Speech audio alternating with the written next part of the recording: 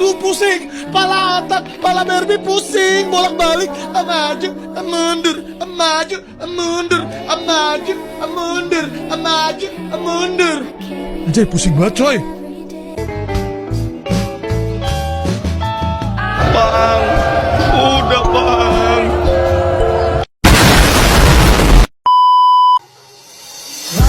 Don't pick up the phone, you know he's only calling 'cause he's not alone too. Don't let him know I can't get you out again free. Don't be afraid, you know you're gonna wake up in his bed in the morning. Halo teman-teman, perkenalkan nama saya Zian dari Prodi Psikologi kelas A. Di video ini, aku mau sharing pendapat aku tentang kebijakan pemerintah di Indonesia. Khususnya yang berkaitan dengan kesehatan mental remaja. Aku pilih topik ini karena menurut aku isu kesehatan mental sekarang lagi sering banget dibahas, terutama di kalangan remaja. Bahkan kalau kita lihat di sekitar kita, mungkin ada teman atau bahkan diri kita sendiri. Oh my god, what is that?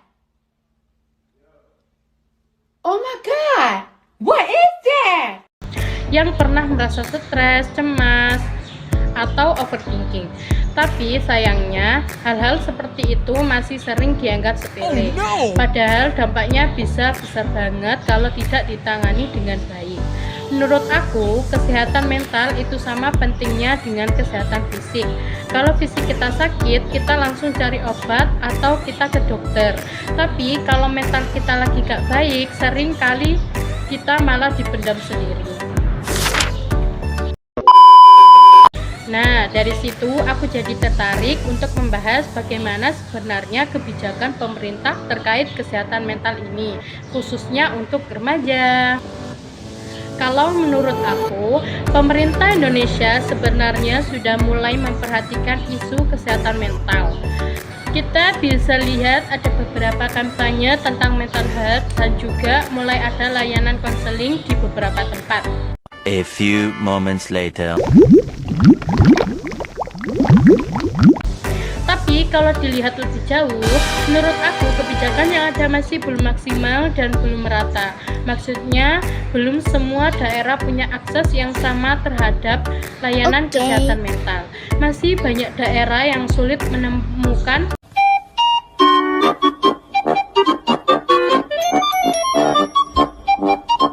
psikolog atau konselor.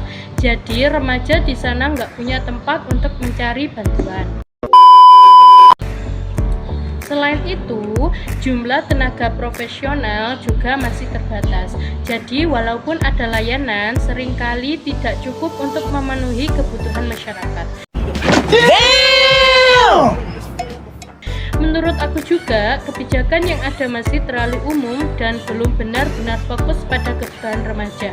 Padahal remaja itu punya tantangan yang cukup kompleks, mulai dari tekanan akademik, masalah pertemanan, sampai pengaruh media sosial.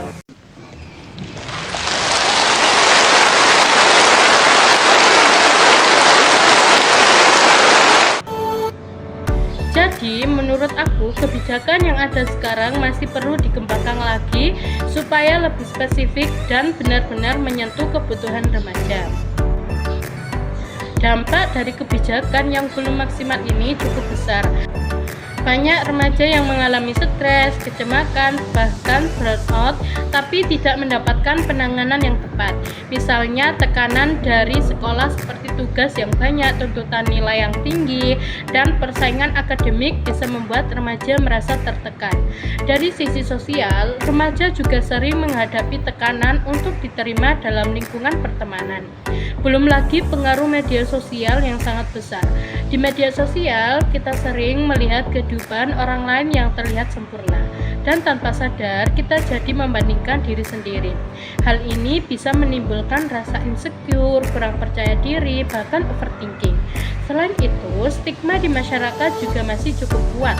Banyak orang yang masih menganggap masalah kesehatan mental itu hal yang memalukan atau bahkan tidak nyata. Akibatnya, banyak remaja yang memilih untuk diam dan memendam masalahnya sendiri daripada mencari bantuan. Kalau dilihat dari psikologi sosial, lingkungan itu sangat berpengaruh terhadap kondisi seseorang. Jadi kalau lingkungan tidak mendukung, seseorang bisa merasa semakin tertekan dan kesulitan untuk berkembang dengan baik. Hal ini menunjukkan bahwa masalah kesehatan mental bukan hanya masalah individu, tapi juga dipengaruhi oleh lingkungan sosial di sekitarnya.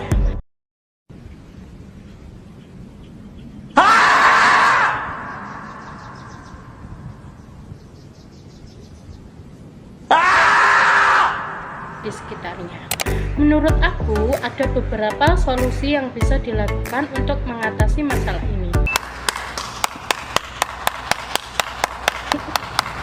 Pertama, pemerintah perlu memperluas akses layanan kesehatan mental, terutama di sekolah.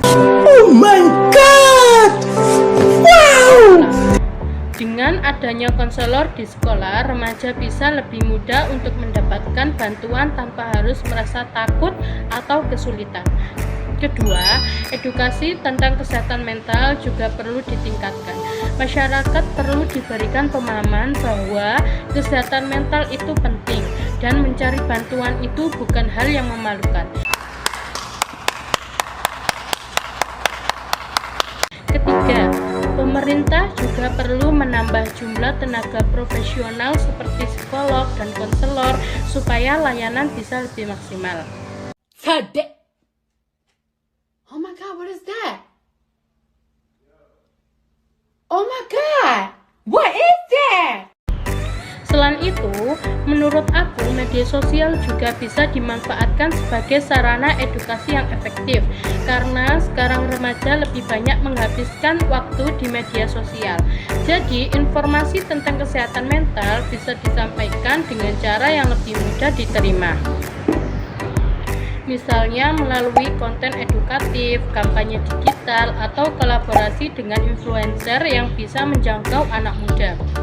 Menurut aku, kalau solusi-solusi ini bisa diterapkan dengan baik, maka masalah kesehatan mental pada remaja bisa berkurang secara perlahan. A few moments later. Seperti yang dikatakan oleh Carl Guest, bahwa ketika kita bisa menerima diri kita sendiri, kita bisa mulai berubah menjadi lebih baik. Oh my god! Wow! Menurut aku, ini penting banget karena banyak masalah mental itu berawal dari ketidakmampuan seseorang untuk menerima dirinya sendiri. Jadi, selain dari faktor lingkungan, penerimaan diri juga jadi hal yang penting dalam menjaga kesehatan mental. Jadi, menurut aku, kebijakan pemerintah terkait kesehatan mental ini masih perlu ditingkatkan supaya bisa lebih efektif dan benar-benar dirasakan oleh remaja. Karena kalau masalah ini tidak ditangani dengan serius, dampaknya bisa semakin besar di masa depan.